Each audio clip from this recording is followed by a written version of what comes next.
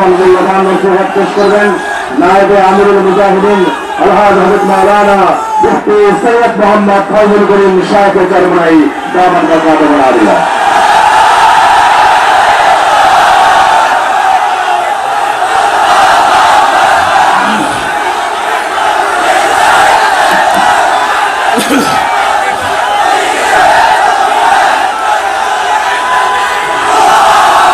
अस्सलामु अलैकुम व रहमतुल्लाहि व बरकातुहू।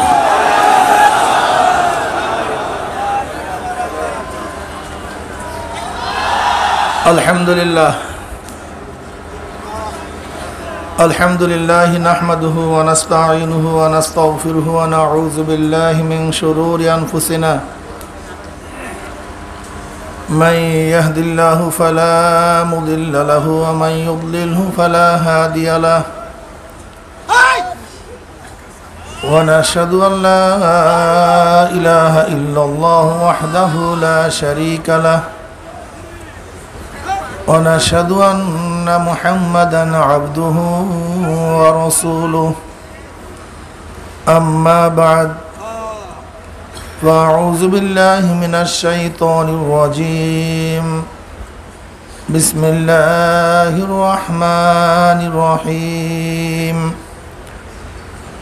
يا أيها الذين آمنوا صلوا عليه وسلموا تسليما اللهم صل على سيدنا ونبينا وشفيعنا وحبيبنا مولانا محمد صلى الله عليه وعلى آله وأصحابه وبارك وسلم اللهم صل على سيدنا ونبينا وحبيبنا مولانا محمد صلى الله عليه وعلى آله وأصحابه وبارك وسلم أعوذ بالله من الشيطان الرجيم بسم الله الرحمن الرحيم ثم جعلناك على شريعة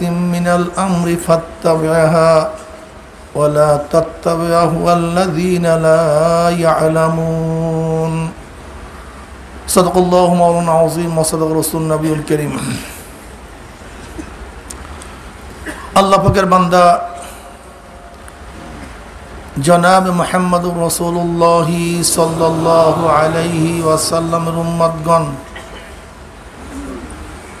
আল্লাহ পাক রব্বুল আলামিন আপনাকে আমাকে দুনিয়ার সমস্ত ফিতনা ফাসাদ থেকে পরিত্রাণ দিয়ে এই দুর্যোগপূর্ণ আবহাওয়ার মধ্যেও ভাবছিলাম মাহফিল হবেই না, এরপর আল্লাহ পাক রব্বুল আলামিনের ফয়সালা অনুযায়ী সুন্দর এক পরিবেশের ব্যবস্থা করে দিয়েছেন, আসার তৌফিক দান করছেন। এর জন্য শুকরিয়া দান সবাই বলে আলহামদুলিল্লাহ।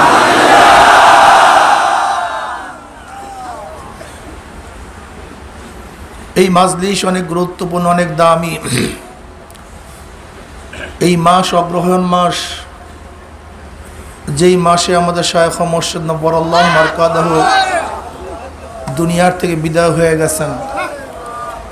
ইতিমধ্যে আমাদের থেকে বহু সাথীরা বিদায় হয়ে গেছেন, কিন্তু আল্লাহ পাক আজও পর্যন্ত আপনাকে আমাকে হায়াতে রেখেছেন।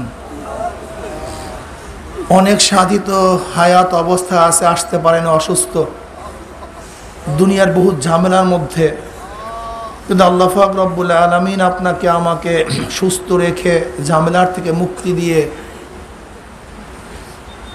এই মাজলিসকে আমাদের শায়খরা ব্যাটারির চার্জের মাজলিস বলতেন। যেরকম ব্যাটারি মাঝে মাঝে চার্জ দিতে হয়, মাঝে মাঝে চার্জ দিতে হয়, চরমনায় দুই মাহফিলকে সেই চার্জের সাথে তুলনা করছে। দীর্ঘদিন পর্যন্ত বাড়িতে বিভিন্ন জায়গায় কাজে কর্মে ব্যস্ত থাকার কারণে চার্জ কমে যায়, ঈমান এবং আমলের চার্জ। আবার চরমনাইয়ের ময়দানে কিছুদিন থেকে পরিপূর্ণ চার্জ দিয়ে আবার বাড়িতে আমরা ফিরে যাই। সেই চার্জ দেওয়ার জন্য আল্লাহ পাক আপনাকে আমাকে আসার তৌফিক দান করছেন। আসলে চরমনাই ময়দান একটা চার্জের ময়দান, আর এর দলিলও আছে। আল্লাহওয়ালাদের পরিবেশ তো ইমানের চার্জ হয়। হানজালা রাদিয়াল্লাহু তাআলা আনহুর মাশহুর ঘটনা আমরা সবাই জানি। হযরত হানজালা রাদিয়াল্লাহু তাআলা আনহু জনাব মুহাম্মদ রাসূলুল্লাহ সাল্লাল্লাহু আলাইহি ওয়াসাল্লামের মাজলিসে ছিলেন। নবী আলাইহিস সালাতু ওয়াস সালামের সোহবাতে থাকার সময় মনের হালাত, কলবি হালাত যে কি হয়, সে যে তার দরবারে ছিল সেই উপলব্ধি করতে পারত। হানজালা রাদিয়াল্লাহু তাআলা আনহু নবী আলাইহিস সালাতু ওয়াস সালাম সোহবাতে ছিলেন, তার মাজলিসে ছিলেন। নবী আলাইহিস সালাতু ওয়াস সালামের বয়ান শুনছেন, জান্নাত জাহান্নামের আলোচনা শুনছেন। নবী আলাইহিস সালাতু ওয়াস সালামের জবানের আলোচনার অবস্থাটা কি হয়? মনে হয় জান্নাত দেখতেছি, জাহান্নামে পড়ে গেছি, এই অবস্থা। হানজালা রাদিয়াল্লাহু তাআলা আনহু বাড়িতে গেলেন। বিবি, বাল বাচ্চা, সংসার, ব্যবসা বাণিজ্য, এই ঝামেলার মধ্যে মত্ত হওয়ার পরে নবী আলাইহিস সালাতু ওয়াস সালামের দরবারে যে হালাত ছিল, যে অবস্থা ছিল, সেই অবস্থার পরিবর্তন চলে আসছে। হানজালা রাদিয়াল্লাহু তাআলা হঠাৎ চিন্তা করলেন যে নবী আলাইহিস সালাতু ওয়াস সালামের সামনে এক অবস্থা, পিছনে ভিন্ন অবস্থা, নিশ্চয়ই আমি মুনাফিক হয়ে গেছি। হানজালা মুনাফিক হয়ে গেছে, হালাত চলে আসছে, হানজালা মুনাফিক হয়ে গেছে। এখন চিল্লা চিল্লে রওনা করছে, হানজালা মুনাফিক হয়ে গেছে। আবু বকর সিদ্দিক রাদিয়াল্লাহু তাআলা আনহুর সাথে দেখা পথিমধ্যে। হানজালা মুনাফিক হয়ে গেছো মানে কি বলতেছো তুমি? তুমি মুনাফিক হয়ে গেছো? বলে হ্যাঁ, হানজালা মুনাফিক হয়ে গেছে। বলে কিভাবে মুনাফিক হলা তুমি? বলে দেখেন, নবী আলাইহিস সালাতু ওয়াস সালামের মাজলিসে যখন উপস্থিত থাকি তখন কলবের যে হালাত থাকে, অবস্থান থাকে, বাড়িতে গেলে তো সেই অবস্থান থাকে না। দুনিয়ার ঝামেলার মধ্যে যখন পতিত হই, নবীর দরবারে জান্নাত জাহান্নাম উপস্থিত দেখি, কিন্তু বাড়িতে গেলে সেই অবস্থা থাকে না। কাজে অবস্থার পরিবর্তন, তার দরবারে এক, আমার বাড়িতে ভিন্ন। কাজে এইটা মুনাফিকের আলামত। বলে তাই তো, বলে আমারও তো অবস্থা এক, আমিও তো মুনাফিক হয়ে গেছি। কে সে? গোটা নবীদের পরে মর্যাদার দিক থেকে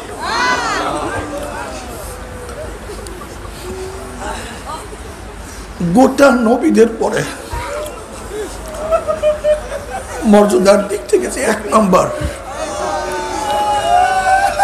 সে যদি এই কথা বলতে পারে, তা আপনার আমার অবস্থাটা কোথায় গিয়ে পৌঁছে? আবু বকর মুনাফিক হয়ে গেছে। ভাই তুমি ঠিকই বলছ, আমার তো একই অবস্থা। নবীর দরবারে থাকলে যে হালাত, বাইরে গেলে সে হালাত থাকে না। উভয় গেলেন জনাবে মুহাম্মদ রাসূলুল্লাহ সাল্লাল্লাহু আলাইহি ওয়াসাল্লামের দরবারে। বলছেন, ইয়া নবী আল্লাহ, আমরা তো মুনাফিক হয়ে গেছি। বলে কিভাবে তোমরা মুনাফিক হলা? আবু বকর, হানজালা বলে, ইয়া নবী আল্লাহ, ইয়া রাসূলুল্লাহ, আপনার দরবারে থাকলে, আপনার বয়ান শুনলে, আপনার আলোচনা শুনলে, আপনার মাজলিসে বসলে কলবের যে অবস্থা থাকে, বাড়িতে গেলে অবস্থা থাকে না, পরিবর্তন হয়ে যায়। আপনার সামনে এক অবস্থা, পিছনে ভিন্ন অবস্থা। কাজী মুনাফিক হয়ে গেছে। এতে তোমরা মুনাফিক হও নাই, এতে তুমি মুনাফিক হও নাই। আমার দরবারে থাকলে, আমার কাছে থাকলে তোমার যে অবস্থা থাকে, এই অবস্থা যদি সব সময় থাকতো, তাহলে তোমাদের বিছানায়, রাস্তায় ফেরেশতারা তোমাদের সাথে মুসাফা করতো।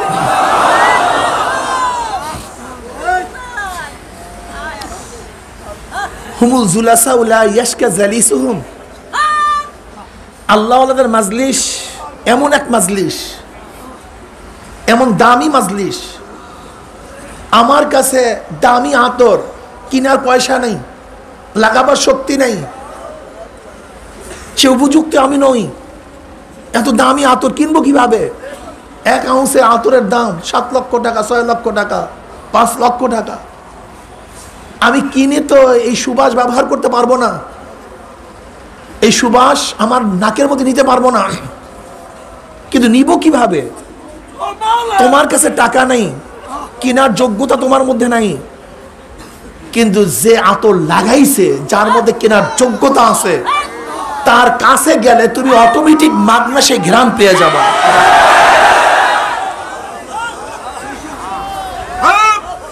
আল্লাহর মাজলিস, এই দামি মাজলিস। আমি গুনাহগার, নালায়েক, নাফরমান, আমার কলবের অবস্থা ভালো না। আল্লাহ পাকের নূরের তাজাল্লি, আল্লাহ পাকের মারিফাত, আল্লাহ পাকের হাকিকত বোঝার মতো ক্ষমতা আমার মধ্যে নাই, সেই শক্তি আমার মধ্যে নাই। আমি গুনাহগার, নাফরমান, কিন্তু আল্লাহ ওয়ালার সোহবাতে যদি থাকি, তাদের কাছে যদি যাই, ওই ঘেরানের মাজলিসে যদি বসি, তাহলে আল্লাহ পাক রব্বুল আলামিনের ফজল ও করমে তাদের উপর যখন রহমত নাজিল করবেন, আপনাকে আমাকে মাহরুম করবেন না। আল্লাহ পাক রব্বুল আলামিন ওই রহমতের কিছু অংশ আপনাকে আমাকে প্রদান করবেন। এর জন্য সার্জের মাজলিস, এখানে সার্জ হয়। আসলেও আমি বাস্তব অভিজ্ঞতা থেকে বলছি, যখন বিভিন্ন জায়গায় মাহফিলে যাই, মুজাহিদরা আসে, বিভিন্ন ধরনের মুজাহিদরা আসে, কিন্তু যেই সমস্ত মুজাহিদরা বলে হুজুর আজকে এত বছর পর্যন্ত চরমনায় যাই, এক মাহফিলও সারি না, আমি তাদের চেহারার দিকে তাকাই, এবং যারা আসে আসে না তাদের চেহারার দিকে তাকাই, far far difference, far far difference. আজকেও এক ভাই দেখা করার সময় বলছে যে 65 সনে এক মুজাহিদ আসছে চরমনাইতে, 65 সনে কোনো মাহফিল কাজা হইতো না। এই মাহফিলের কিছুদিন আগে দুনিয়ার থেকে বিদায় হয়ে গেছে। মুগদান আমাদের এক মুজাহিদ। এরকম হাজারো মুজাহিদরা আছে যারা এক মাহফিলও ছাড়ে না, কেন তাদের চার্জের প্রয়োজন হয়, তারা চার্জ দেয়। যেই ব্যাটারির পরীক্ষা করার যন্ত্র আছে, সেই ব্যাটারি তো চার্জ দিবে, আর যেই ব্যাটারির চার্জ পরীক্ষা করার যন্ত্র নাই, সেই ব্যাটারি চার্জ নিবে কিভাবে?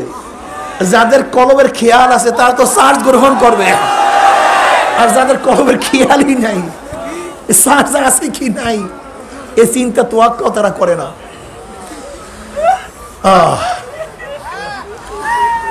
এই মাজলিস অনেক গুরুত্বপূর্ণ, অনেক দামি মাজলিস।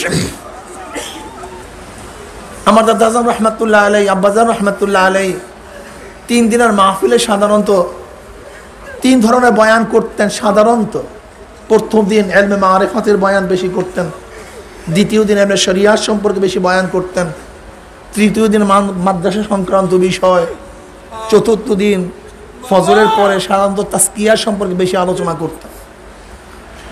আর আব্বাজান রহমতুল্লাহ আলাই সাধারণত তার বয়ানগুলিতে সব ধরনেরই কথা সব সময় আসতো। শরিয়াত এবং মারিফাত আমরা অনেকেই মনে করি ভিন্ন এক বিষয়। শরিয়াত এক জিনিস, মারিফাত ভিন্ন জিনিস। এর জন্য দেখবেন আমাদের মধ্যে কিছু নালায়েক জাহেল আছে, যারা তো বলেই ফেলে আমরা মারিফাত মানি, শরিয়াত মানি না, বলেই ফেলে। এবং তারা বলে আমরা তরিকাতপন্থী, আমরা শরিয়াতপন্থী নই। জাহিরি এলেমের ধারক বাহক আলেমরা, আর আমরা মারিফাত পন্থীরা বাতিনি এলেমের ধারক বাহক। এই বিভিন্ন কিরসা কাহিনী তারা বলে। অথচ আল্লাহ পাক রব্বুল আলামিন কালামে পাকের মধ্যে ফরমান সুম্মা জাআলনাকা আলা শরিয়াতিন মিনাল আমর ফাত্তাবি'হা ওয়া লা তাত্তাবি'হু আল্লাযীনা লা ইয়া'লামুন। হে আমার নবী, আমি আপনাকে যে শরিয়াতের প্রতিষ্ঠিত করেছি, ফাত্তাবি'হা, ওই শরিয়াতের অনুসরণ অনুকরণ করুন। কাকে নির্দেশ করেছেন? খোদ আল্লাহ নবীকে। আল্লাহ পাক বলেন সুম্মা জাআলনাকা আলা শরিয়াতিন মিনাল আমর আই মিনাদ দ্বীন। দ্বীনের মধ্য থেকে যে শরিয়াতের উপর আপনাকে প্রতিষ্ঠিত করেছে, ওই শরিয়াতের অনুসরণ অনুকরণ করুন। জাহেল মূর্খ যারা নিজেদের নফস অনুযায়ী কথা বলে, খেয়াল খুশি অনুযায়ী কথা বলে, শরিয়াতের পাবন্দি করে না, ধার ধরে না, ওই সমস্ত মূর্খ জাহেলদের যারা শয়তানের নফস অনুযায়ী কাজ করে, খেয়াল খুশি কাজ করে, চলাফেরা করে, তাদের ইত্তেবা অনুসরণ আপনি করিয়েন না। শরিয়াত শব্দের অর্থ কি? রাস্তা। শরিয়াত শব্দের অর্থ কি? রাস্তা, কানুন, পদ্ধতি, নিয়ম, আইন। শরিয়াতকে রাস্তা কেন বলা হয়? যেরকম তরিকে আম, প্রশস্ত রাস্তায় যদি উপরে ওঠেন, যে রাস্তা কোথার? মক্কার রাস্তা। যদি মক্কার পথ আপনি ধরেন, রাস্তায় আপনাকে মক্কায় পুষায় দেবে, রাস্তায় আপনাকে মক্কায় পুষায় দেবে। ডাইনে বামে তাকাবার প্রয়োজন নাই। কি আপনি মাইকে শোনেন না? দেখেন মাঝখানে মাইক বন্ধ হয়েছে। রাস্তায় আপনাকে মক্কায় পুষায় দিবে। মদিনার পথ ধরলে রাস্তায় আপনাকে মদিনায় পুষায় দিবে। আমেরিকার পথ ধরলে আমেরিকায় রাস্তায় পুষায় দিবে। ঠিক শরিয়াতের পথে উঠলে শরিয়াত আপনাকে জান্নাতে পুষায় দিবে। এই জন্য শরিয়াতকে শরিয়াত বলা হয়। তরিকা আম, ভাঙ্গা নাই, কাটা নাই, ভেজাল নাই, কিচ্ছু নাই। শরিয়াতের রাস্তায় উঠবেন, এই শরিয়াতের গাড়িতে চলবেন, শরিয়াতের গাড়ি আপনাকে জান্নাতে পুষায় দেবে।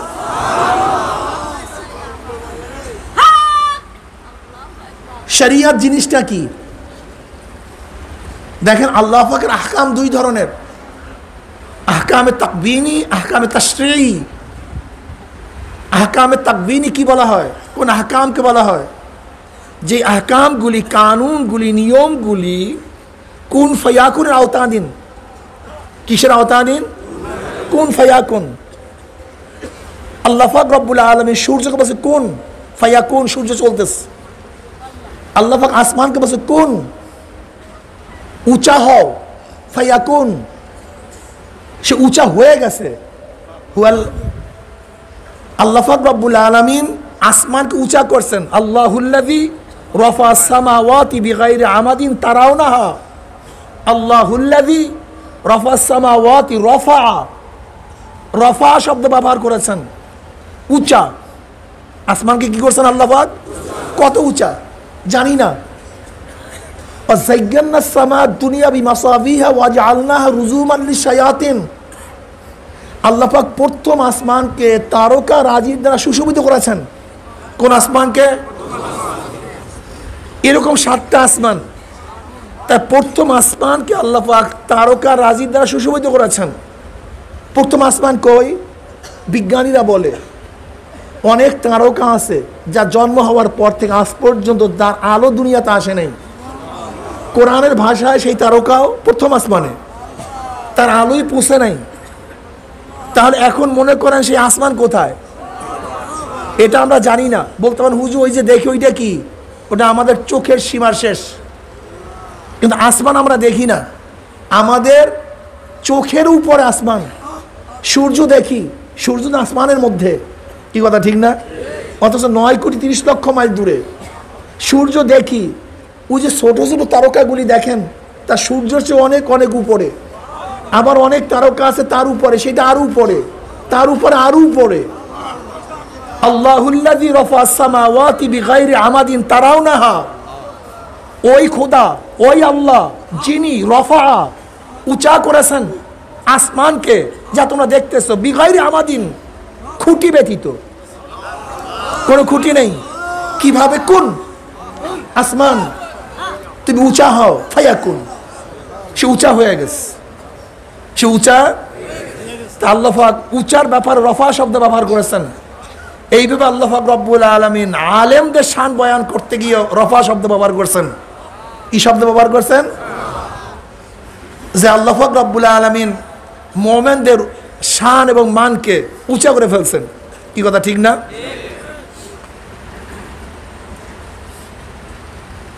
আল্লাহ পাক পানিকে বলছেন পানি জারি হও, পানি জারি হয়ে গেছে। ইয়ারফাইল্লাহুল্লাযীনা আমানু মিনকুম ওয়াল্লাযীনা উতুল ইলমা দারাজাত, ইয়ারফাইল্লাহুল্লাযীনা আমানু মিনকুম ওয়াল্লাযীনা উতুল ইলমা দারাজাত। যাদেরকে আল্লাহ পাক ইলম দান করছেন, আল্লাহ পাক তাদের দরজা এবং মর্তবাকে উঁচা করে ফেলছেন। পানিকে আল্লাহ পাক বলেছে কোন জারি হও, ফায়াকুন, পানি জারি হইতেছিল। আজ পর্যন্ত চলছে, কিয়ামত পর্যন্ত চলতে থাকবে। যেখানে বন্ধের ইশারা আছে সেখানে বন্ধ থাকবে, কিন্তু যেখানে বন্ধের ইশারা নাই সেখানে কেউ বন্ধ করতে পারবেন না। এর জন্যই নীল নদের পানি যখন জারি বন্ধ ছিল, ওখানে রুসুম ছিল, কোনো এক সুন্দরী মেয়েকে বলি দিতে হইতো। ওমর ইবনে খাত্তাব রাদিয়াল্লাহু জামানায় এই কাজ কিভাবে করবে মুসলমানরা, ওমর ইবনে খাত্তাবকে চিঠি লেখা হইল যে একজন নারীকে হত্যা করতে হবে। দেখে ডাইরেক্ট শরিয়াতের খেলাফ, এটা হয় কিভাবে? অথচ পানি ছাড়া মিশরের কোনো ফসল হবে না, বিশাল মুসিবত। ওমর ইবনে খাত্তাব রাদিয়াল্লাহু তাআলা আনহু নদীকে চিঠি লিখলেন। কাকে চিঠি লিখলেন? নদীকে চিঠি লিখলেন যে আল্লাহর হুকুমে জারি হও, জারি হয়ে যাও। এই চিঠি ফালাইতে দেরি, নদী জারি হইতে দেরি করে নেই। যাই হোক, এগুলো হলো আওয়ামের তাকবীনের আওতাদিন, আওয়ামের তাশরিঈ বা তাকলিফি।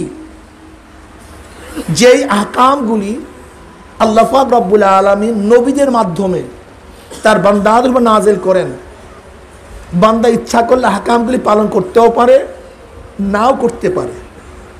পালনীয় আহকামগুলি যদি পালন করে আর বর্জনীয় আহকামগুলি, হুকুমগুলি যদি বর্জন করে, বান্দা মোমেন, মুত্তাকিন, আবিদিন, সালিহিন, কানিতিন, বিভিন্ন আওসা গুণে গুণান্বিত হয়ে যায়, বান্দা জান্নাতে চলে যায়। আর পালনীয় আহকামগুলি যদি পালন না করে, বর্জনীয় আহকামগুলি যদি বর্জন না করে, বান্দা কাফের, মুশরিক, মুনাফিক, জালেম, ফাসিক, বিভিন্ন গুণে গুণান্বিত হয়ে বান্দা জাহান্নামে চলে যায়। একে বলা হয় আওয়ামের তাশরিঈ, শরিয়ত। শরিয়ত, এই শরিয়তের তিনটা সাইড, তিনটা দিক। কয়টা দিক ভাই? জোরে বলেন। তিনটা দিক আছে। বিশ্বাসের সাথে আকীদার সাথে সম্পৃক্ত ইলমকে ইলমুল আকায়েদ বলা হয়। বাতিনি আমলের সাথে সম্পৃক্ত ইলমকে ইলমে তাসাউফ বলা হয়। বাহ্যিক আমলের সাথে সম্পৃক্ত ইলমকে ইলমুল ফিকহ বলা হয়। সবই শরীয়তের অংশ, শরীয়তের বাহিরে না। আমি মানুষ, বাস এক কথায় মানুষ। যখন বিশ্লেষণ করবেন তখন একটা শরীর, একটা রূপ, কিন্তু সবই কিন্তু মানুষের সমষ্টি, অংশ। যদি মানুষের বিশ্লেষণ করেন তখন হাত, পা, চক্ষু, জবান কিছু মানুষ থেকে খালি না, পার্থক্য না। ঠিক তদ্রূপ ইলমে ফিকহ, ইলমে তাসাউফ, ইলমে মারিফাত সবই শরীয়তের অংশ। যখন ব্যাখ্যা করি তখন একটাকে মারিফাত বলি, একটাকে শরীয়ত বলি, কিন্তু সবই শরীয়তেরই অংশ। এটা মনে রাখতে হবে। এর জন্যই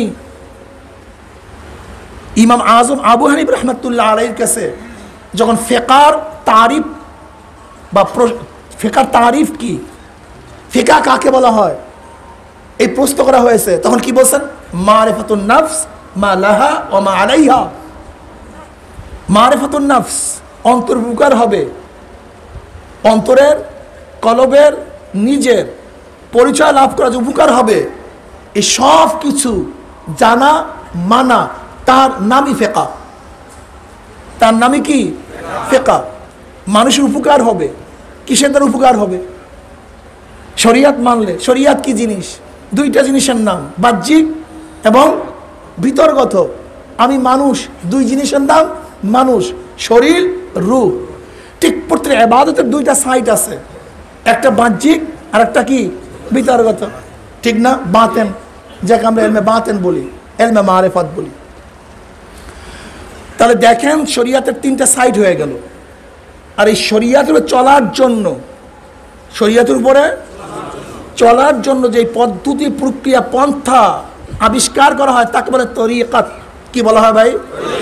এই যে তরিকা, তরিকা শোনেন না, তরিকা জিনিসটা কি? তরিকা মানেও রাস্তা, পন্থা। তরিকা আবিষ্কার কেন করছি? শরীয়তের উপরে চলার জন্য যে পদ্ধতি, পন্থা, প্রক্রিয়া আবিষ্কার করা তাকে বলা হয় তরিকত, তাকে বলা হয়। যেমন এলমে দ্বীন শিক্ষা গ্রহণ করার জন্য যে পদ্ধতি, প্রক্রিয়া আবিষ্কার করা তাকে বলে মাদ্রাসা। মাদ্রাসা জিনিসটা কি? বিল্ডিং এর নাম তো মাদ্রাসা না, বিল্ডিং এর নাম মাদ্রাসা না। মাদ্রাসা কি জিনিস? যেখানে কোরআন ও হাদিস শিক্ষা গ্রহণ করা যায়, কোরআন ও হাদিস শিক্ষা দেয়া হয়, সেই জায়গা কি বলা হয়? এটা মুহাবারা, এটা পরিভাষা। কি কথা ঠিক না? ঠিক তদ্রূপ শরীয়তে চলার জন্য যে পদ্ধতি, পন্থা, প্রক্রিয়া আবিষ্কার করা হয় তাকে কি বলা হয় ভাই? তরিকা। তরিকা, তাকে তরিকা বলা হয়। যদি তরিকা বেদাত হয় তার মাদ্রাসা কি হবে? একই তো কাজ। মাদ্রাসার মধ্যে যদি ক্লাসে তফকা থাকে, প্রথম, দ্বিতীয়, তৃতীয়, চতুর্থ, এই যদি বেদাত না হয়, তার তরিকাত পন্থীরা শরীয়তে চলার জন্য যে সবকের পদ্ধতি করছে, 1 সবক, 2 সবক, 3 সবক, যদি মাদ্রাসার আউয়াল class, Sunny class, Salles class বেদাত না হয়, তাই তরিকাত পন্থীরা তাদের কলবি এবং আমলি তারাক্কির জন্য যে ক্লাসগুলি খুলছে, 1 সবক, 2 সবক, 3 সবক, সেগুলি বেদাত হবে কেন? যদি ওইটা বেদাত হয় তো এইটাও কি হবে? বেদাত হবে। যদি জাহিরে এলেম শিক্ষা গ্রহণ করার জন্য মাদ্রাসা বেদাত না হয়, তার তরিকা বেদাত হবে কেন? দেখেন, বাহ্যিক এলেম শিক্ষা দেওয়ার জন্য উস্তাদ ছাত্রদের জন্য বিভিন্ন পদ্ধতি, পন্থা আবিষ্কার করে, যেগুলি সরাসরি কোরআন হাদিসের মধ্যে নাই।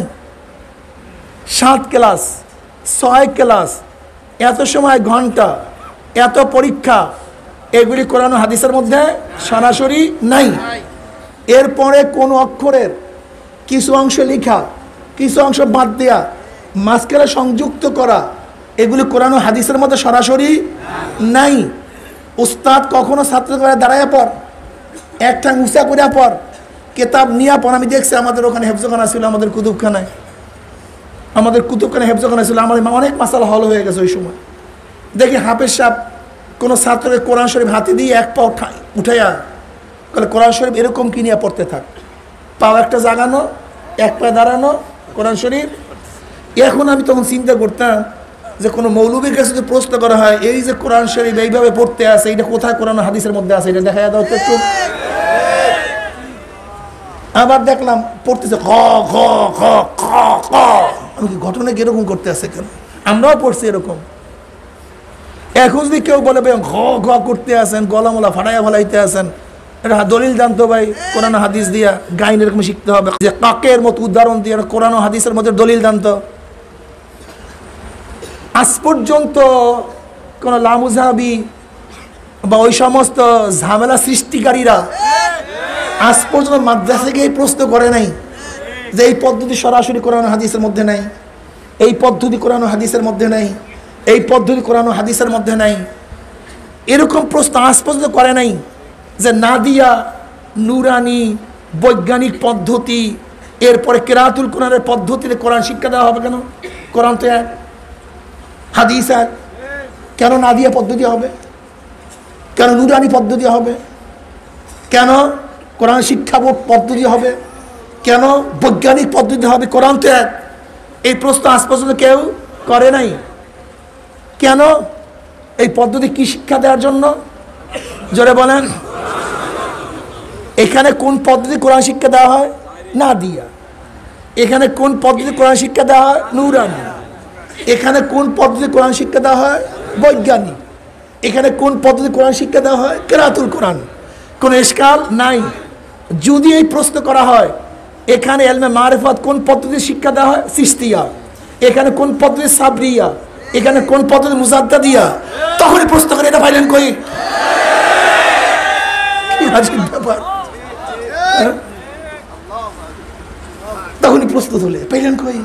কোথায় চিশতিয়া আছে, কোথায় সাবরিয়া আছে, 126 তরিকা কোথায় পেলেন আপনারা? হ্যাঁ, কোরআন হাদিসের মধ্যে কি এত তরিকা আছে নাকি? আমি যদি বলি ভাই কোরআন ও হাদিস শিক্ষা গ্রহণ করার জন্য যদি এত মাদ্রাসা থাকতে পারে, যদি তফসির শিখার জন্য হাজারো তফসির থাকতে পারে, যদি ইলমে হাদিসের এত সরাসরিয়াত থাকতে পারে, ইলমে ফিকহের এত কিতাব থাকতে পারে, এত পদ্ধতি পন্থা থাকতে পারে, তাহলে ইলমে মারিফার শিক্ষা গ্রহণ করার জন্য 126 তরিকা তো মাত্র যা পাইছি, কিন্তু এখানে হাজার তরিকার অসুবিধা কোথায়? সমস্যা কি? এখন বলতে পারেন হুজুর আপনারা কেন লেখেন চিশতিয়া সাবরিয়া তরিকা, জান্নাতে যাওয়ার সহজ পদ্ধতি? আরে ভাই এই পাইলেন কই সহজ পদ্ধতি? এটা কোন কোরআন হাদিসের মধ্যে আছে? অথচ আপনারা লিখেন যে নাদিয়া নুরানি কোরআন শিক্ষা সহজ পদ্ধতি। এই কথা বলেন না কেন? যদি ওখানে সহজ পদ্ধতি সেট করলে আপত্তি না হয়, তা জান্নাতে সহজ পদ্ধতি আপনাকে বললে যে আপনার আপত্তি হবে কেন? নবী আলাইহিস সালাতু ওয়াস সালাম হাজারো সহজ পদ্ধতি বলে নাই যে মহিলাদের জন্য এই কাজগুলি করলে জান্নাতে যাওয়ার সহজ পদ্ধতি, পুরুষদের জন্য এই কাজ করলে জান্নাতে যাওয়ার সহজ পদ্ধতি, এই আমলটা করলে জান্নাতে যাওয়ার সহজ পদ্ধতি। আজিব ব্যাপার, কি অবস্থা দেখেন তো। নবী আলাইহিস সালাতু ওয়াস সালাম কত জায়গায় জান্নাতের সহজ পদ্ধতি বাতায় দিয়েছে। এতটুকু আমল করো জান্নাতে যাওয়ার সহজ পদ্ধতি, এইটা আমল করো জান্নাতে যাওয়ার সহজ পদ্ধতি। তা আমার নবী আলাইহিস সালাতু ওয়াস সালাম জান্নাতে যাওয়ার যে সহজ পদ্ধতি বাতিয়ে থাকেন, তাহলে সেই পদ্ধতি অনুযায়ী কেউ যদি বলে এই যে জান্নাতের সহজ পদ্ধতি, এটা কি বিদআত হবে না হাকিকত হবে? এইটাই তো ঠিক হবে, এইটাই তো হওয়া উচিত। দেখেন আমরা লেখার ব্যাপারে বলি সহজ পদ্ধতি হস্তলিপি শিক্ষা দেওয়া হয়, কোনো আপত্তি নাই। সহজ পদ্ধতি ইংলিশ শিক্ষা দেওয়া হয়, কোনো আপত্তি নাই। সহজ পদ্ধতি নাহু শিক্ষা দেওয়া হয়, কোনো আপত্তি নাই। সহজ পদ্ধতি সরফ শিক্ষা দেওয়া হয়, কোনো আপত্তি।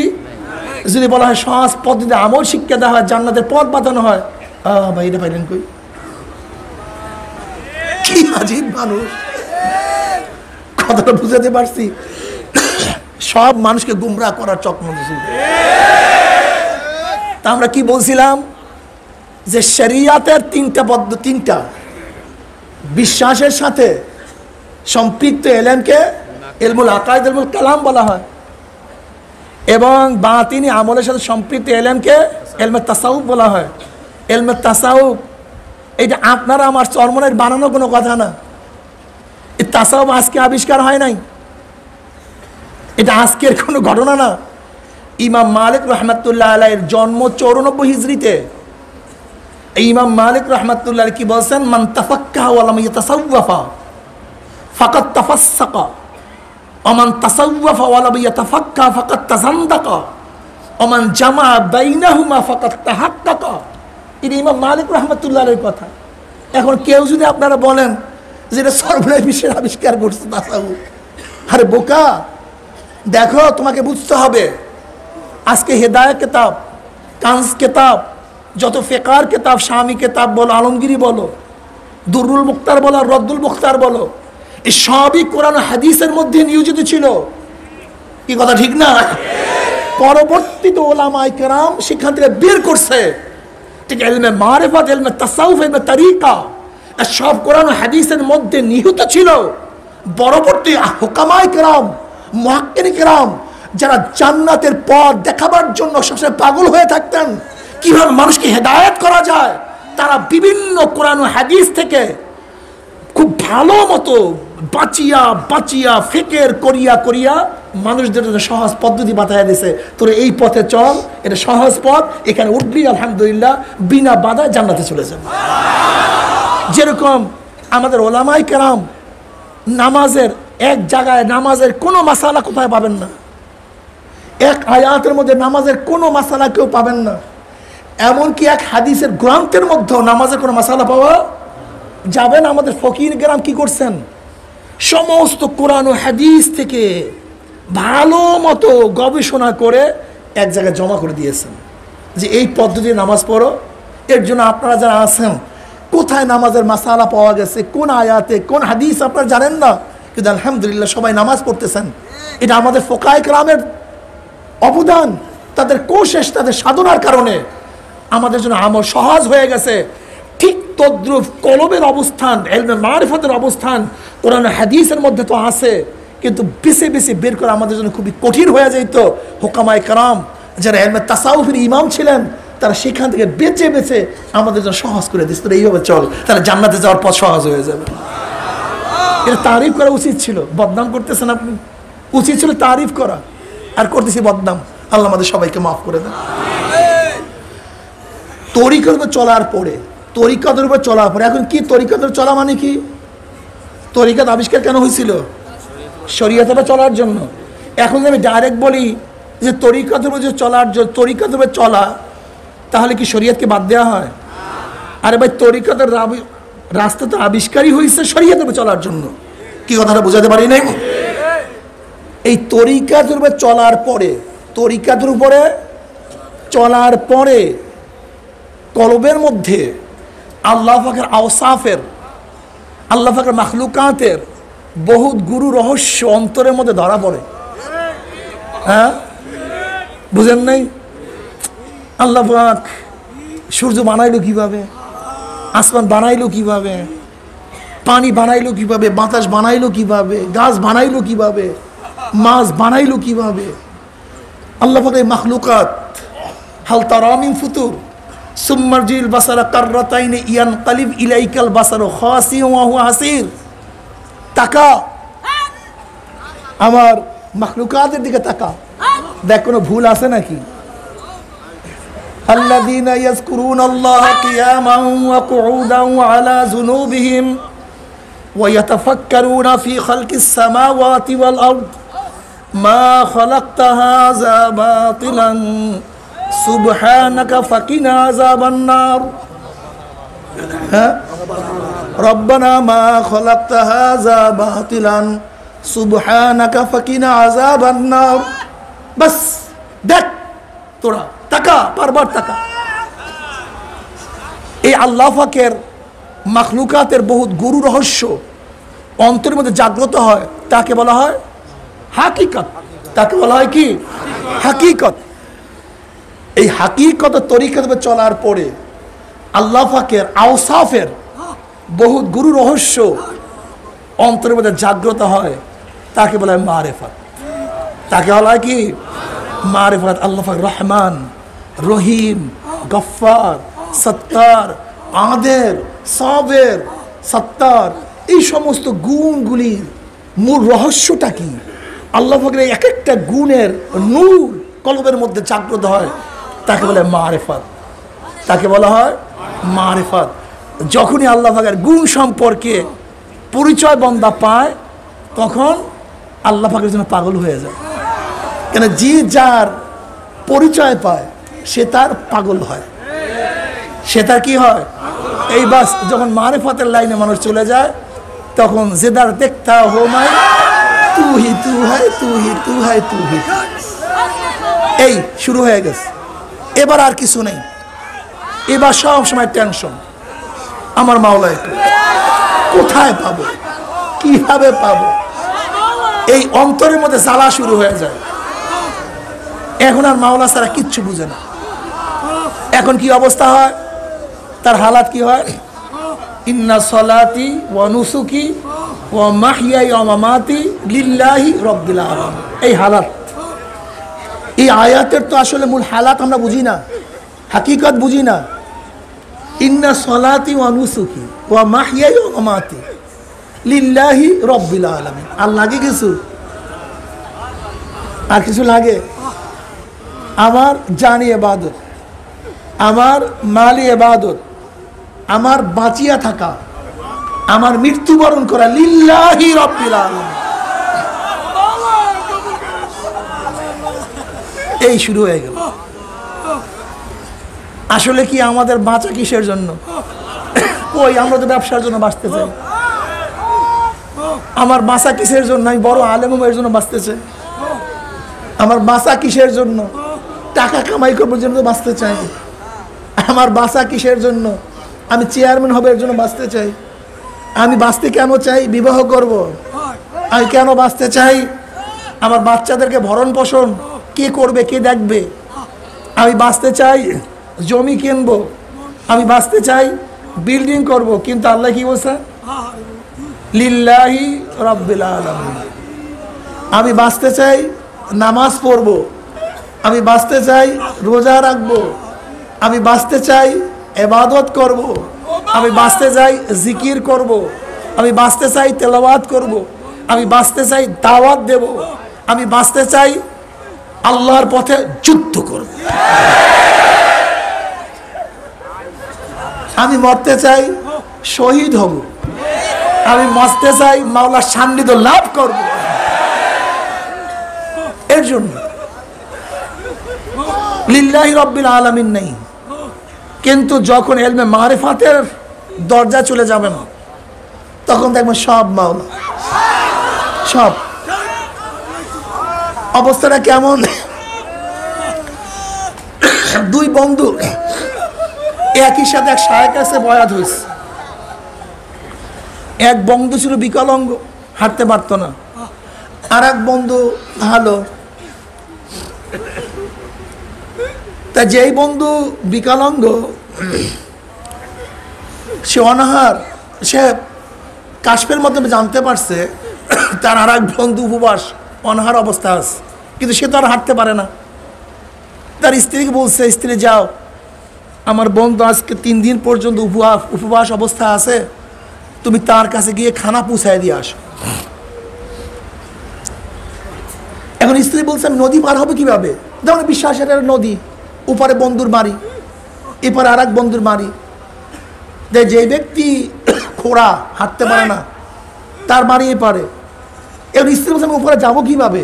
খেয়া তো নাই।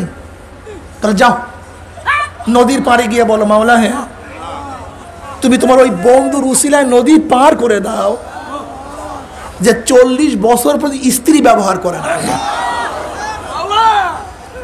40 বছর পর্যন্ত স্ত্রী ব্যবহার করে না।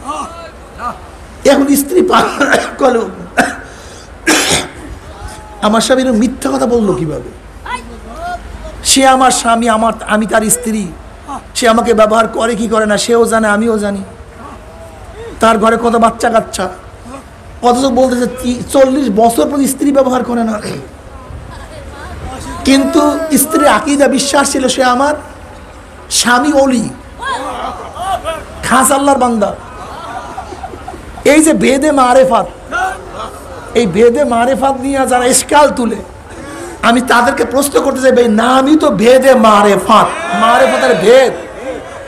তুমি এই রাস্তারই লোক না, এই রাস্তার সাথে তোমার কোনো পরিচয় নাই।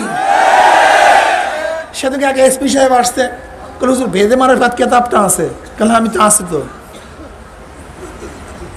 আমি বুঝছি যে কেউ হয়তো বা কিছু ওনার মাথার মধ্যে দিয়েছে। আমি বললাম, দেখেন আপনাদের পুলিশের কিছু টার্ম আছে, কিছু শব্দ আছে যেগুলো পুলিশি ভাষা, এটা অন্য অন্য ডিপার্টমেন্টের লোক এই ভাষা বুঝবে না। ডাক্তারদের ভাষা কিছু টার্ম আছে, ডাক্তারের বাইরে ইঞ্জিনিয়ার এই টার্ম বুঝবে না। আবার ইঞ্জিনিয়ারদের কিছু ভাষার টার্ম আছে যে ইঞ্জিনিয়ার বাইরে অন্য কেউ বুঝে না। সাহিত্যিকদের কিছু ভাষা আছে যা সাহিত্যিক ছাড়া অন্য কেউ বুঝবে না। ফকিদের কিছু ভাষা আছে, কথাটা বুঝাতে পারি নাই। যেমন সুন্নাত শব্দ, সুন্নাত শব্দ কোরআনের মধ্যে আসছে, হাদিসের মধ্যে আসছে, ফিকহের মধ্যে আসছে। একই সুন্নাত শব্দ, একই হুবাহু একই লেখা, কিন্তু কোরআনের ভাষায় এক অর্থ, হাদিসের ভাষায় ভিন্ন অর্থ, ফিকহের ভাষায় সম্পূর্ণ ভিন্ন অর্থ, একই সুন্নাত। তা ফিকহের কিছু শব্দ আছে, টার্ম আছে, যেগুলি তাদের এলেমের সাথে সম্পৃক্ত, অন্য কেউ বুঝবে না। তাই আমি বলছি মারেফাত পন্থীদেরও কিছু ভাষা আছে যেগুলি মারেফাত পন্থীদের জন্য সম্পৃক্ত, অন্য কেউ বুঝবে না।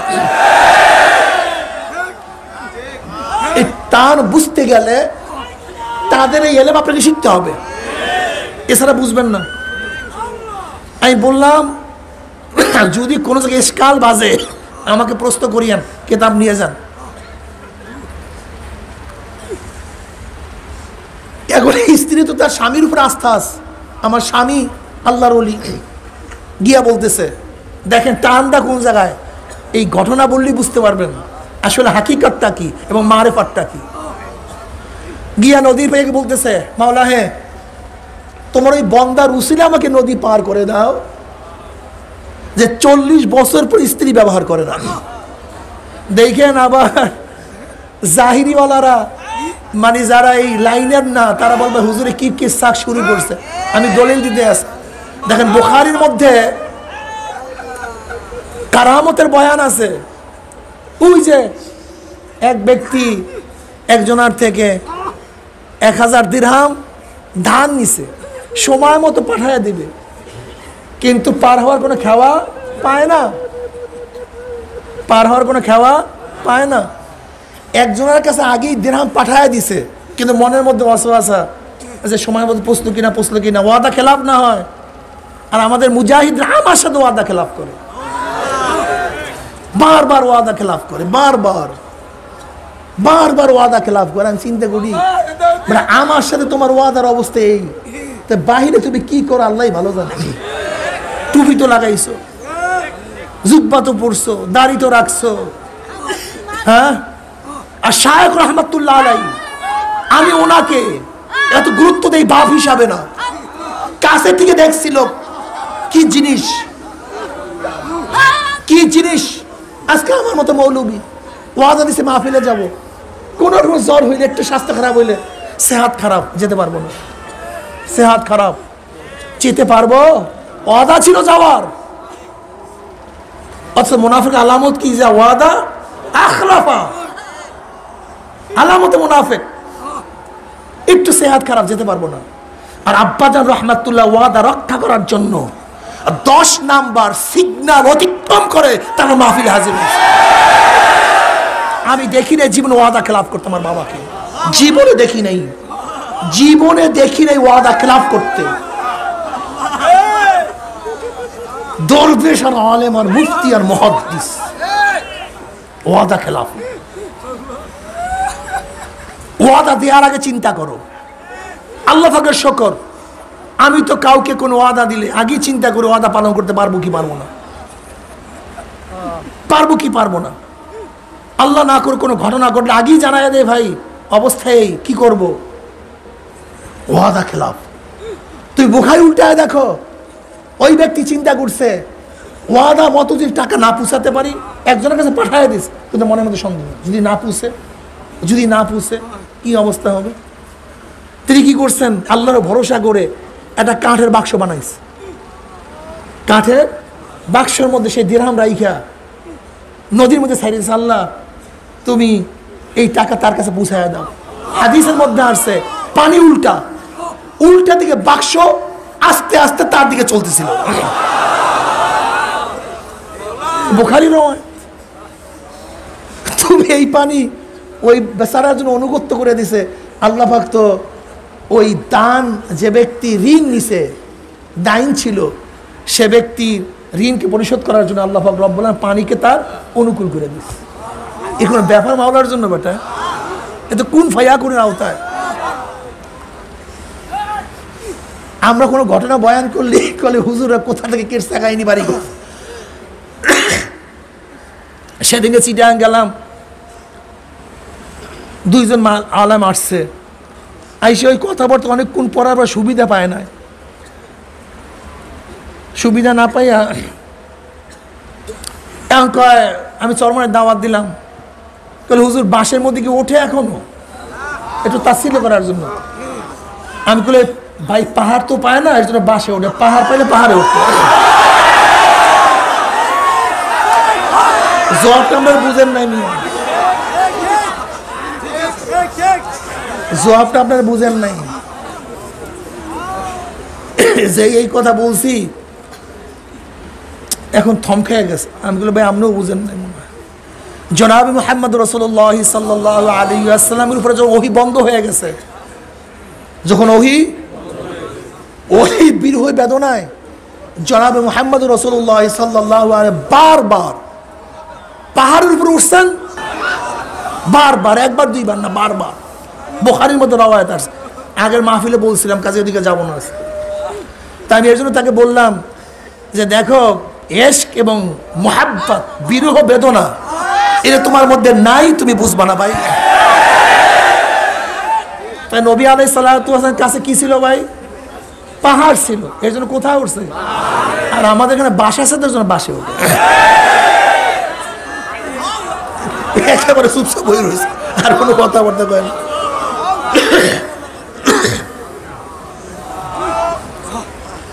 তাহলে হুজুর উপরের দিকে ওঠে কেন? এইটাই তো ধারণা। ওটা আমাদের ধারণা। যেমন ওই রেজাউল খান আবরার সাহেবের জবাব দিয়েছে যে আল্লাহ পাক যদি সব জায়গায় থাকে তাহলে আমরা আসমানের দিকে হাত উঠাই কেন? বলে এইটা দোয়ার আদব। তার মানে আল্লাহ উপরেই আছে বিদে হাত উঠে, তা না, এটা দোয়ার আদব। কি কথা ঠিক না? মানুষ উপরের দিকে যাইতে চায়, নিচের দিকে যাইতে চায় না। এর ইশক এবং মারিফত যখন চলে আসে তখন উপরের দিকে জাগতে চায়। কথা ঠিক না? যেই মৌলবীর এই উদাহরণ দিচ্ছে আসতে তাইতে চলে গেছে, আর দিকে কোনো কথাবার্তাই কয় না। তা উনি তো গিয়া নদীর পাড়ে বলছে, মাওলা হ্যাঁ তুমি তোমার ওই অলির উসিলে আমাকে নদী পার করে দাও যে 40 বছর প্রতি স্ত্রী ব্যবহার করে নাই। আল্লাহর কি কৃষ্ণা, নদীর পানি শক্ত হয়ে গেছে। কি শক্ত হইতে পারে কি পারে না? ওই টাকার বাক্স উল্টা দিকে যাইতে পারে কি পারে না? পানি শক্ত হয়ে গেছে, পার হয়ে চলে গেছে। গিয়া দেখে আসলে ঘটনা তাই, 3 দিন পর্যন্ত কিছু মিলাতে পারে নাই, খাইতে পারে নাই। পর্দার আড়ালে খানা খাওয়াইছে। এখন বলতেছে আমি যাবো কিভাবে, নদী পার হবে কিভাবে, খেয়া তো নাই, আসছো কিভাবে? তাহলে এরকম বলিয়া নদী পার হয়ে আসছে। তাহলে যাও এবার গিয়া নদীর পাড়ে গিয়া বলো, মাওলা হে তোমার ওই অলির উসিলা তুমি নদী পার করে দাও যে 40 বছর পর্যন্ত খানা খায় নাই।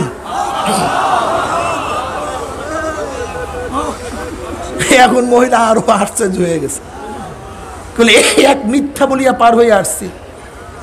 আর এই ব্যক্তি তো আগে পরে খানা খাইছি, আবার আমার সামনে খানা খাইলো, আর এখন বলতেছে 40 বছর পর্যন্ত খানা খায়নি। তো এক মিথ্যা বলিয়া যেহেতু পার হয়ে আসছে, দেখি আর এক মিথ্যার অবস্থাটা কি, আর এক মিথ্যার অবস্থাটা কি।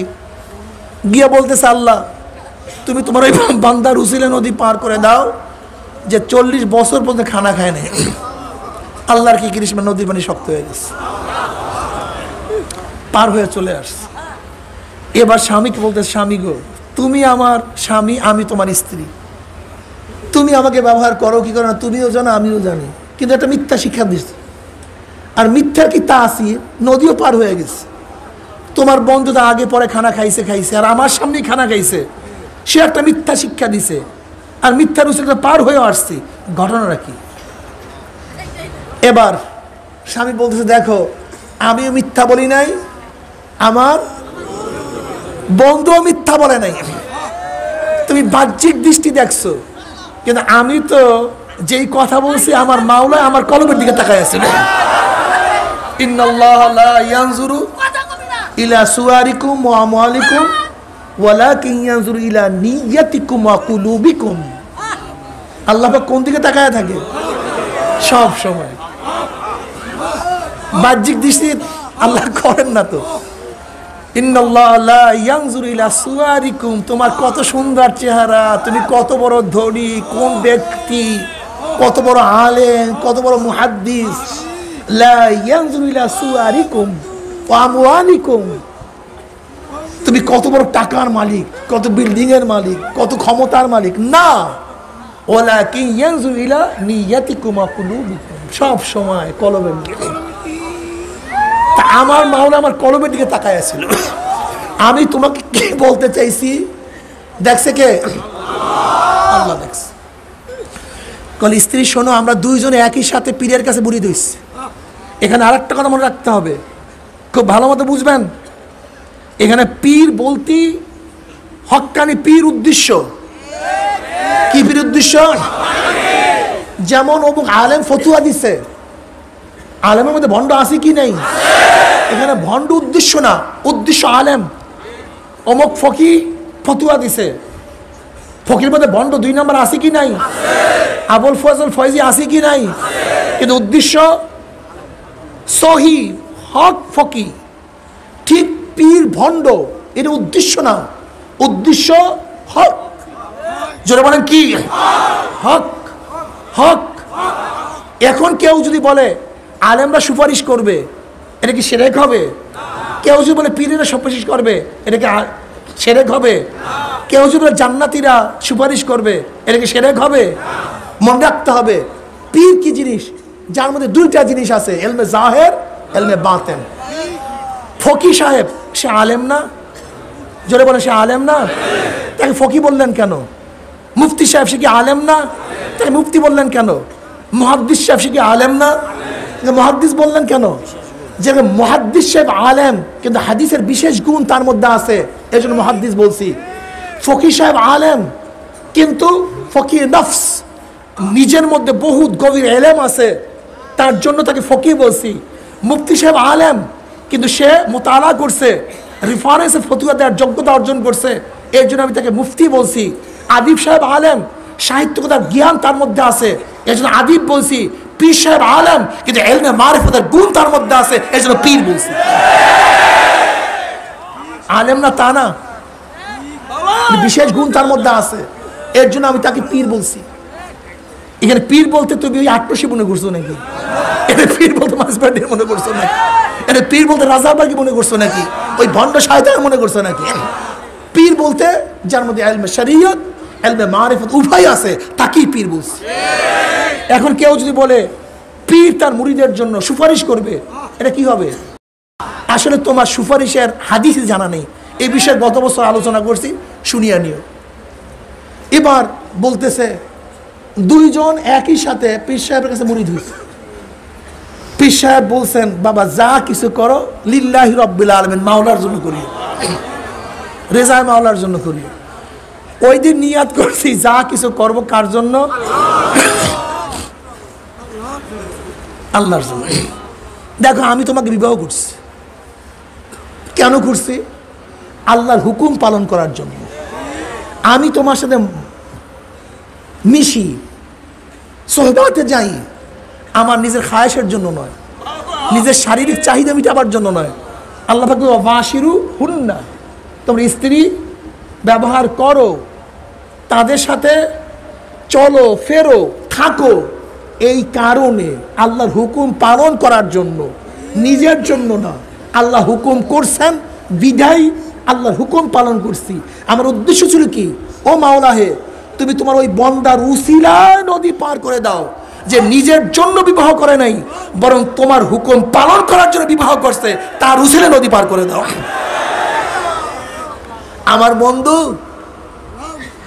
গোস্ত বাড়াবার জন্য খায় না, আমার বন্ধু শরীরকে তাগড়া করার জন্য খায় না, আমার বন্ধু বাঁচার জন্য খায় না। আল্লাহ পাক বলছে কুলু ওয়াশরাবু, খাও পান করো, আল্লাহ পাকের হুকুম।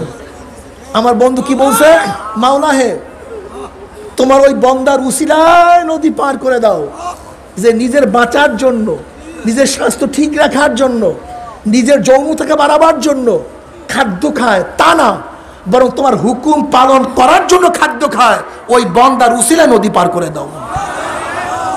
ইন্না সলাতি ওয়া নুসুকি ওয়া মাহইয়াই ওয়া মামাতি লিল্লাহি রাব্বিল আলামিন। যা কিছু করি, আমার হায়াত, আমি কেন বাঁচতে চাই, আমার বাঁচার কারণটা কি? নবী আলাইহিস সালাত কি বলছেন, ওই হায়াত সবচেয়ে উত্তম হায়াত, যেই হায়াত লম্বা হবে নেকিও বেশি হবে। ওই হায়াত নিকৃষ্ট হায়াত, যেই হায়াত লম্বা হবে গুনাহও বেশি হবে। আমি বাঁচতে চাই কেন? আগামীকাল বাঁচলে আমার 5 ওয়াক্ত নামাজ আমল নামায় বেশি জমা হয়ে যাবে। আমি কেন বাঁচতে চাই? আগামী বছর বাঁচলে 1 মাসের রোজা আমল নামায় বেশি লেখা হয়ে যাবে। আমি এক মুহূর্ত কেন বাঁচতে চাই?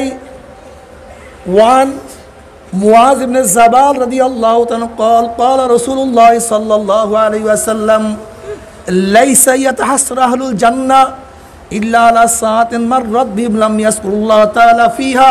তিরমিজির মধ্যে রওয়ায়াত আছে, জান্নাতের মধ্যে জান্নাতীরা আর কোনো আফসোস করবে না, শুধু অতটুকু আফসোস করবে দুনিয়ার মধ্যে যেই সময়টুকু মাওলার জিকির ছাড়া কাটাইয়া দিছে, আমি আর 1 সেকেন্ড এর জন্য বাঁচতে চাই যেন আমার আমল নামায় একবার সুবহানাল্লাহর সওয়াব বেশি লেখা হয়ে যাবে।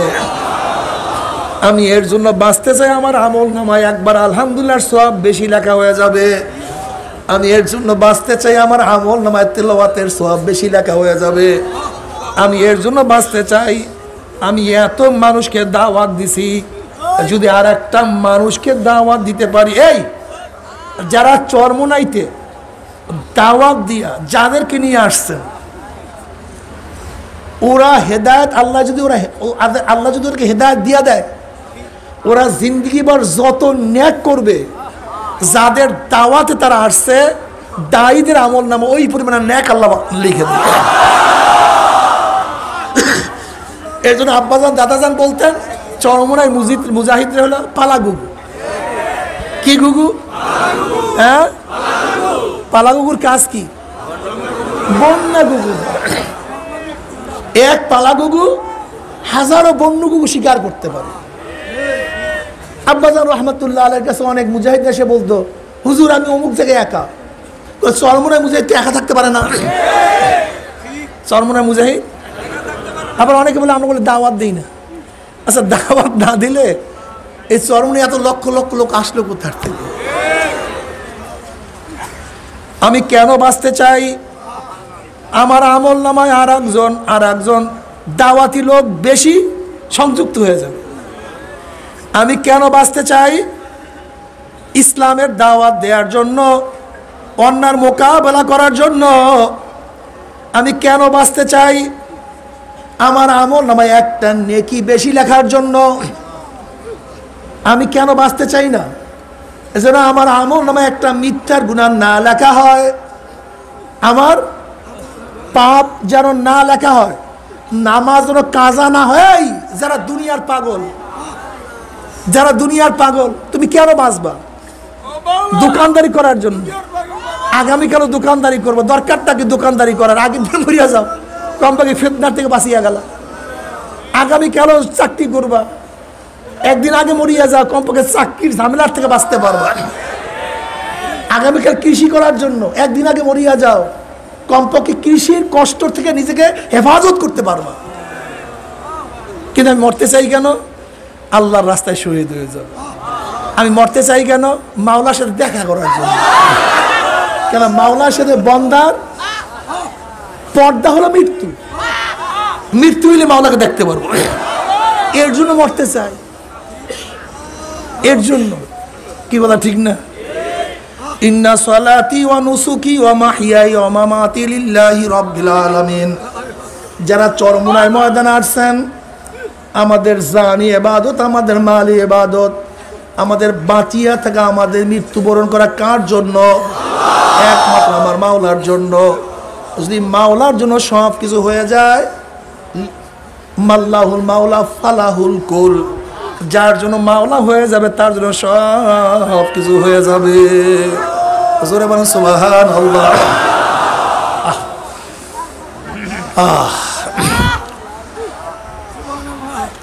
এ আমার চরমোনাই মুজাহিদ বাবারা, এ আমার ছাত্র বাবারা, এ আমার মুরব্বী বাবারা, যারা চরমোনাইতে আসছেন, আমাদের জাহিরি আমলকেও শুদ্ধ করতে হবে, আমাদের বাতিনি আমলকেও শুদ্ধ করতে হবে। রিয়া রাখা যাবে না, কেবের রাখা যাবে না। কেবের সবচেয়ে মারাত্মক এক গুনাহ, বরক্ত। এটা আল্লাহ সহ্যই করতে পারে না। সহ্যই, যার মধ্যে বরক্ত আছে তাকে আল্লাহ মাহরুম করিয়ে দেন। আল্লামা থানবী রহমাতুল্লাহ একটা ঘটনা নিয়ে আসছেন।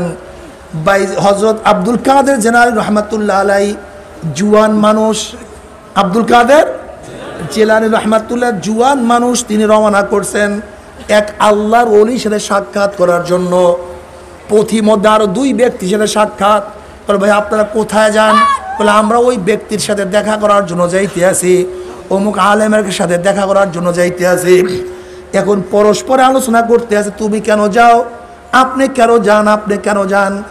তখন এক ব্যক্তি বলতে আছে, আমার সচ্ছলতা নাই, আমার টাকা পয়সা নাই, কাজে যাই বুজুর্গের কাছে দোয়া আনার জন্য, দেখি আল্লাহ পাক আমাকে সচ্ছল করে দেন কিনা। বলে আপনি কেন যান? ইবনে সেক্কার নামে এক ব্যক্তি। বলে আপনি কেন যান? বলে আমি যাই ওনার এলেম পরীক্ষা করার জন্য। খালি কি বুজুর্গ নাকি এলেম কালাম কিছু আছে, একটু পরীক্ষা করবো। এমন কিছু প্রশ্ন আমি ঠিক করছি সে তার জবাব দিতে পারবে না, আমি এর জন্য যাইতে আছি। বলে বাবা তুমি কেন যাও? বলে আমি যাইতে আছি আল্লাহর ওলির কাছে, একটু দোয়া নেব, দেখিনি তার সোহবত গিয়ে আল্লাহ পাক আমাকে কবুল করিয়া ফেলায়, আমাকে মাওলা পাক রব্বুল আলামিন পছন্দ করিয়া ফেলায়। সোহবত ছাড়া কিছু হবে না, সোহবত ছাড়া মাওলাকে পাওয়া যাবে না। সোহবত সবচেয়ে দামি জিনিস, সোহবত লাগবে। বলে দেখি আল্লাহর ওলির সোহবতে গিয়া আল্লাহ পাক আমাকে কবুল করেন কিনা। তিনজন চলে গেছেন। আল্লাহ পাক রব্বুল আলামিন ওই বুজুর্গের মধ্যে ইলহাম করছেন। আল্লাহ পাক রব্বুল আলামিন ইলহাম করার কারণে বুজুর্গ প্রত্যেকের অবস্থা বুঝতে পারছে।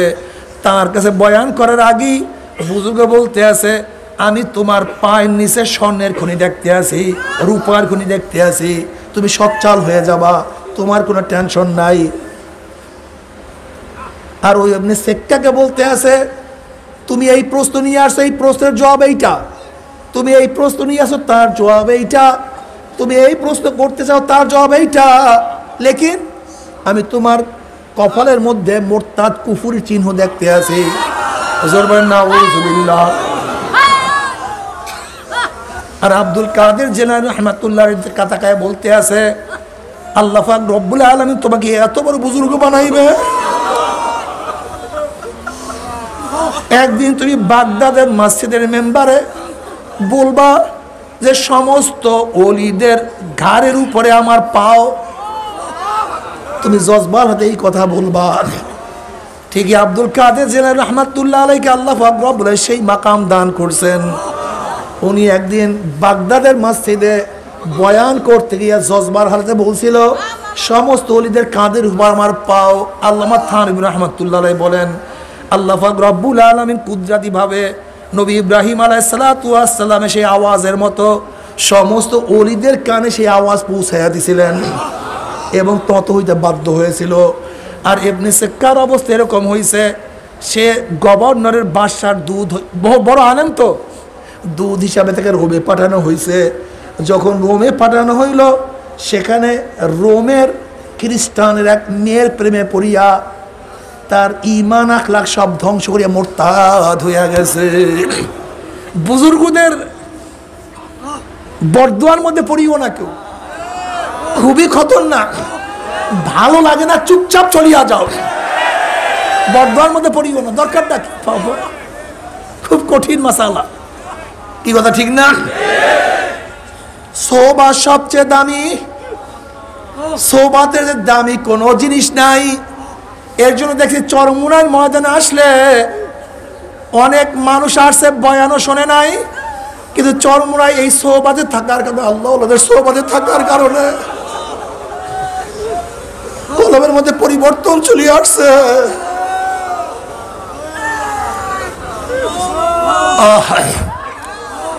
এখানে কি যে মজা, কিন্তু খবরদার কলব হইতে হবে, পাথুরিয়া কলব হবে না, পাথুরিয়া কলব হবে না। যদি কলব সুন্দর হয়, দেখবা কলবের মধ্যে কি যে হালাত পয়দা হয়ে যায়, ওই হালাত কাউকে বোঝানো সম্ভব না। আব্বাজান রাহমাতুল্লাহ আলাইহি বলতেন, চরমোনাই ময়দানে অনেক মানুষ আসে, আসার পর থেকে আর খানা খায় না।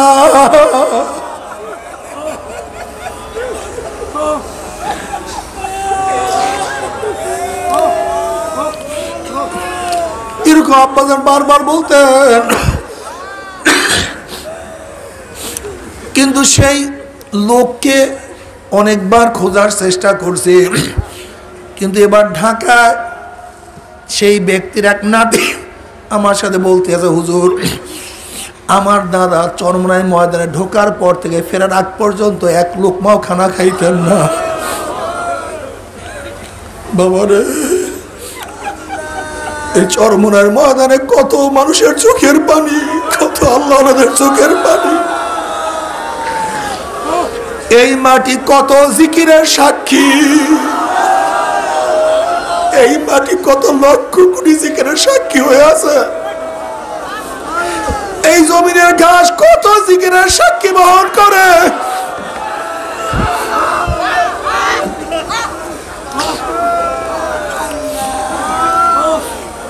আল্লাহ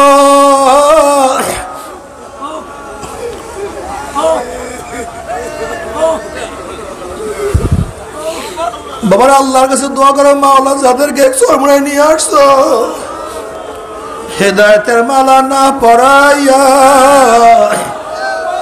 কাউকে বিদায় দিও না আল্লাহ।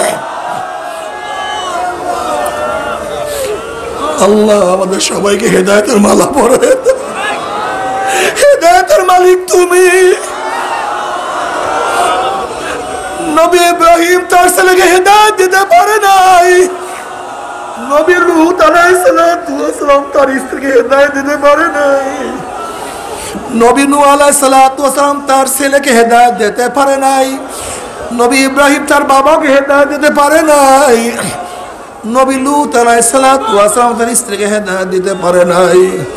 হেদায়েতের মালিক তুমি।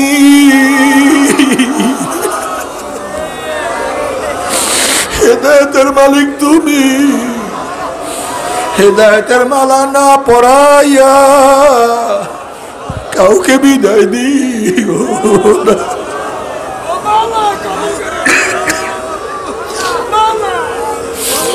আল্লাহ তোমার মোহাব্বত অনেকে পরিপূর্ণ করিয়া দিও।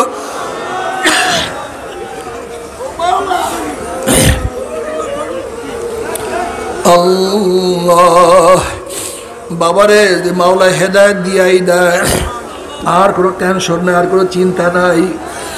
যদি হেদায়েত পাইয়াই যায় কবরেও শান্তি, কিয়ামতেও শান্তি, মিজানেও শান্তি, পুসরাতেও শান্তি। জনাবে মুহাম্মদ রাসূলুল্লাহ সাল্লাল্লাহু আলাইহি ওয়াসাল্লাম ডাকিয়া ডাকিয়া নিজের হাতে হাউজে কাউসারে পানি পান করাইয়া দিবে। আল্লাহ তুমি কবুল করিয়া নাও। জনাবে মুহাম্মদ রাসূলুল্লাহ সাল্লাল্লাহু আলাইহি ওয়াসাল্লাম নিজেই বলছেন আমাকে 3টা জায়গায় খোঁজ করিও, কিয়ামতের ময়দানে 3টা জায়গা আমাকে খোঁজ করিও, মিজানের জায়গা আমাকে খোঁজ করিও, হাউজের কাছে আমাকে খোঁজ করিও, পুসরাতের কিনারে আমাকে খোঁজ করিও।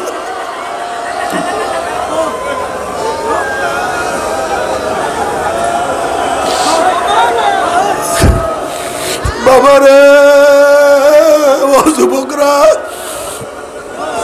ও আমার মুরব্বী বাবারা, আমার নবীকে খোঁজ করার জন্য যখন আমরা তার কাছে যাব, যদি আমার নবীর চেহারায় দাড়ি থাকে, আমার চেহারা দাড়ি না থাকে, আমার নবীর সামনে কেমনে দাঁড়াবো?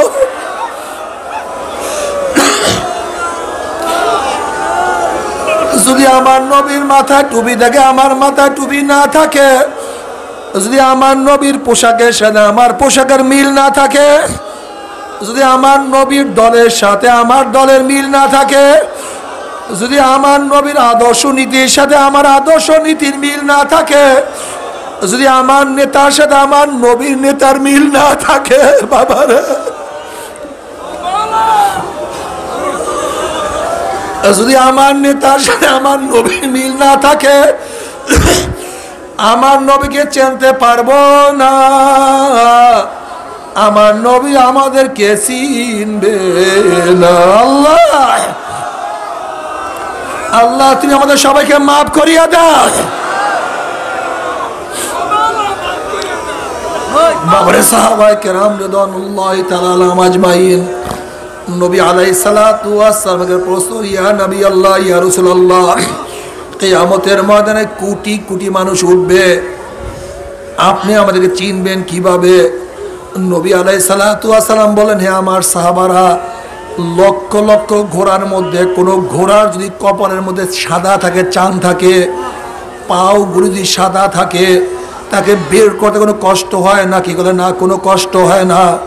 বলে আমার উম্মতের কিয়ামতের ময়দানে সেজদার চিহ্নের জায়গার থেকে নূর ঝলকাইতে থাকবে, উজুর জায়গাগুলো সব নূর হয়ে যাবে। আল্লাহ কবুল করিয়া না বাবারে, আল্লাহ তুমি কবুল করিয়া না। নবী আলাইহিস সালাতু ওয়াস সালাম পুসরাতের কিনারা দাঁড়ায়া থাকবে, সমস্ত উম্মত পাড়ি দিয়া চলিয়া যাবে, আল্লাহ তুমি কবুল করিয়া নাও। কিন্তু আমার যুবক বাবারা, আমার মুরব্বী বাবারা, আল্লাহ না করুক মাওলা যদি হিদায়াত নাই দেয়, আল্লাহ তুমি না করিয়া দাও।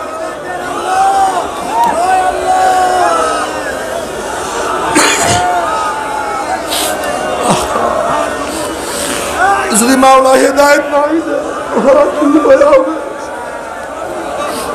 আল্লাহ তুই আমাদের সবাইকে হিদায়াত দিয়ে দে। ইহদিনা সিরাতাল মুস্তাকিম,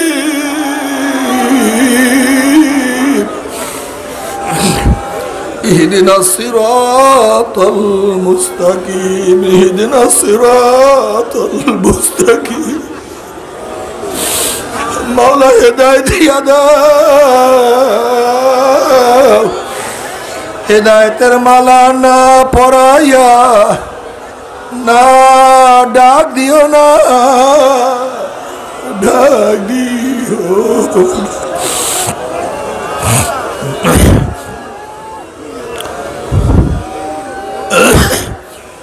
আল্লাহ না করুক, আল্লাহ না করুক, যদি নাফরমান হইয়া গুনাহ নিয়া কিয়ামতের মধ্যে ওঠো, কি যে অবস্থা। وأما من أوتي كتابه بشماله فيقول يا ليتني لم أوت كتابيا ولم أدري ما حسابيا يا ليتها كانت القاضية ما أغنى عني ماليا هلك عني سلطانيا خذوه فغلوه ثم الجحيم صلوه ثم في سلسلة ذرعها 70 ذراعا فاسلكوه। যাদের আমল নামা বাম হাতে পড়িয়া যাবে, বাম হাতটা সিনা ফাড়িয়া পিছনে দিয়ে চলিয়া যাবে। ইয়া লাইতানি লাম উতা কিতাবিয়া ওয়ালাম আদরি মা হিসাবিয়া ইয়া লাইতা কানাতিল কাযিয়া। তখন নাফরমান বলবে আফসোস, আফসোস যে আমি আমার আমল নামা না পাইতাম, আফসোস যে আমি আমার আমল নামা না দেখতাম। এত নামাজ কাজা, এত রোজা কাজা, এত দাড়ি কাটার গুনাহ, এত মিথ্যার গুনাহ, এত গীবাতের গুনাহ, এত সুদের গুনাহ, এত জেনার গুনাহ, এত কবিরা গুনাহ। ইয়া লাইতানি লাম উতা কিতাবিয়া ওয়ালাম আদরি মা হিসাবিয়া ইয়া লাইতা কানাতিল কাযিয়া।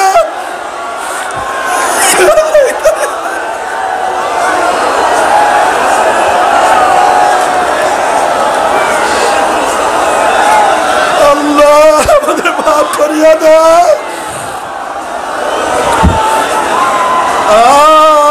আফসোস যদি আমার মৃত্যু শেষ হইয়া যাইত, কবর থেকে কিয়ামতের ময়দান না উঠতাম। আল্লাহ আল্লাহ তুই আমাদের সবাইকে মাফ করিয়া দাও, আমাদের সবাইকে ক্ষমা করিয়া দাও। আল্লাহ রে মাফ করিয়া দাও।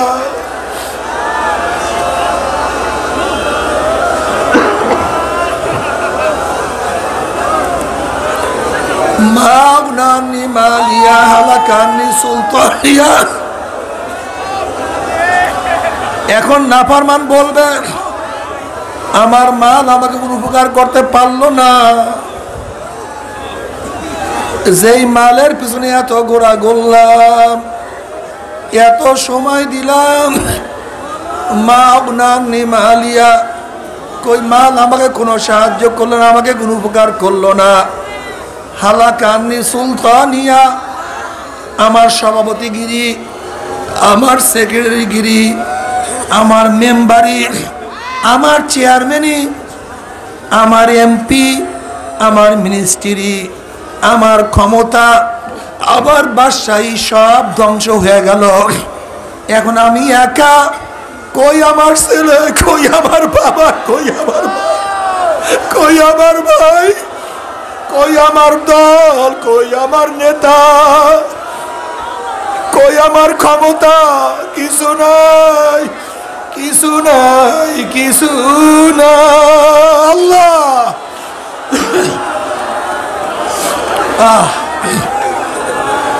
নাই কিছু।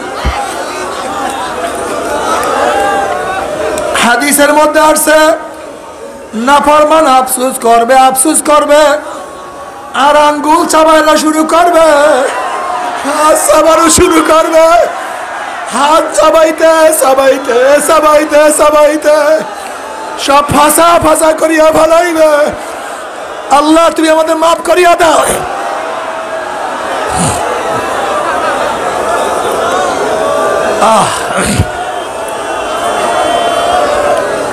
কিয়ামতের ময়দান খুবই মারাত্মক, খুবই ভয়াবহ জায়গা।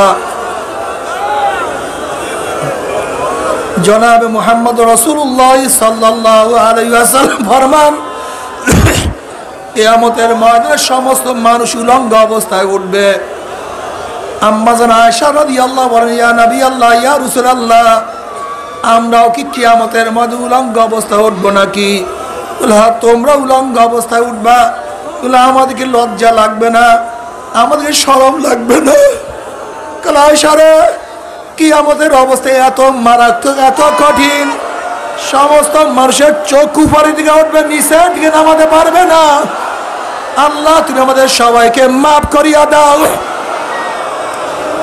এখন আফসোস করতে থাকবে, আমার মাল নাই, আমার সাথী নাই, আমার কিছু নাই। এবার আল্লাহ পাক বলবে, খুজুহু ফাগুল্লুহু, এ ফেরেশতারা, নাফরমানকে ধর, ওকে বান্ধিয়া ফেলা। খুজুহু ফাগুল সুম্মাল জাহিমা সাল্লুহু। আল্লাহ পাক হুকুম দেওয়ার সাথে সাথে যেইভাবে কুকুরের পায়ের মধ্যে রশি লাগাইয়া কুকুরকে টানতে টানতে কুকুরের মধ্যে ফালাইয়া দেয়, ঠিক নাফরমানের হাত পায়ের মধ্যে শিকার লাগাইয়া টানতে টানতে টানতে টানতে মিনর জাহান্নাম, জাহান্নামে ফালাইয়া দিবে। আল্লাহ মাফ করিয়া দাও বাবারে।